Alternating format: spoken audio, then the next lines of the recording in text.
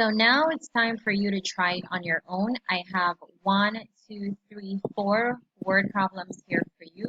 You can draw your bar graphs. This is another word for bar models. The same little box that I drew to help you solve your problem, you can draw that if you need to.